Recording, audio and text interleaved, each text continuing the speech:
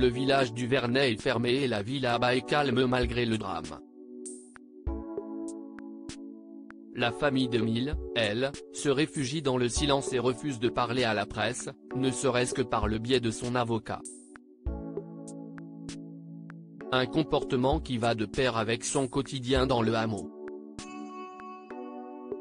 Le 8 juillet, Émile, un jeune garçon de 2 ans a échappé à la vigilance de ses grands-parents au Vernet, une minuscule commune située dans les Alpes de Haute-Provence. Depuis, la police met tout en œuvre pour le retrouver, en vain. Le hameau a rapidement été fermé et y accéder est pour le moment impossible, du moins jusqu'au 31 août. Seules les personnes possédant une résidence principale ou secondaire y ont accès. Les journalistes de Ouest France qui se sont rendus au Vernet ont dévoilé ce 24 août l'ambiance qui règne au village. Un mois et demi que tout le monde tente de retrouver le petit Émile et dernièrement, l'information judiciaire a été élargie fin juillet aux chefs d'enlèvement, arrestation, détention et séquestration de mineurs.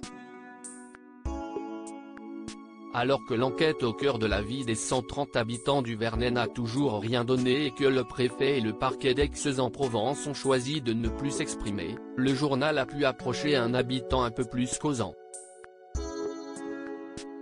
Moult reportages et enquêtes sont sortis sur les grands-parents et les parents d'Émile, mais ces derniers ont décidé de ne pas réagir, de ne rien dire, de presque rester cachés. Un isolement qui n'étonne personne au Vernet. Ce ne sont pas des gens qui se mélangent, déclare un voisin. Un isolement bientôt terminé ? La famille très traditionnelle d'Émile vit donc recluse, se permet quelques randonnées et sorties à la piscine pour occuper la petite sœur, Alaïs, qui a 1 an. Et cette activité dans un lieu public n'est pour autant pas synonyme d'échange avec d'autres habitants. Ils ne parlent à personne, sauf aux maîtres nageurs. Ils ont le droit d'aller à la piscine quand même. Ne serait-ce que pour occuper la petite sœur d'Émile, avait confirmé une habitante à BFM TV. Un comportement qui suscite l'interrogation chez certains, dont les anonymes qui se passionnent pour l'affaire et qui débattent sur les réseaux sociaux. Ils y voient quelque chose de suspicieux.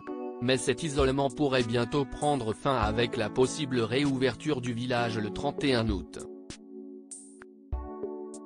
Certains membres de la famille pourraient quitter le hameau afin de retourner dans leur village de la Bouillabaisse, Bouches-du-Rhône. Un départ qui sera certainement synonyme de nouveaux témoignages de voisins toujours enclins à faire des révélations aux journalistes.